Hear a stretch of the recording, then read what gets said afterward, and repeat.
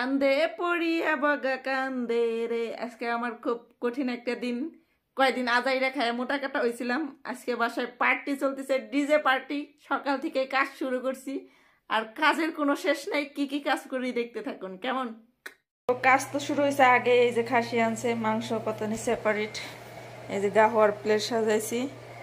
ঠিক আছে, বুদ্ধি থাকলে ঘর জামাই যাওয়া হয় না। এটার মধ্যে একবার করে গাহওয়া 3বার জাল দিতে হবে। পরে পাত্রের মধ্যে দিয়ে দিছি, জাল হইতে থাক। একবারে 3টা তেলাজের মধ্যে ডাইলে দেবো।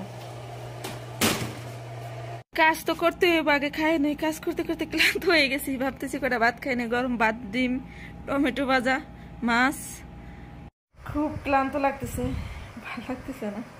চোখ মুখের অবস্থা দেখছেন, ঘুম ঘুম ভাব লাগতেছে। আসলে আপনাদের রান্নাটা না দেখালে বুঝতে পারবেন না যে কত বড় পার্টি। এই যে এক ডেক মাংস দিছে, আর ওই যে বাইরে এক ডেক দেখতে পাচ্ছেন। এই মাংসগুলো কিন্তু এক হাঁড়ির মধ্যে হইতো, কিন্তু তাদের কাছে হবে না। তাদের বুদ্ধির সাথে তো পারা যায় না। মাংসগুলো হওয়ার পরে উঠায় রেখে চাউল দিয়ে দিছি, তারপরে এই ফলগুলো সাজায় রাখছি। খাওয়ার সময় হয়ে গেছে প্রায়।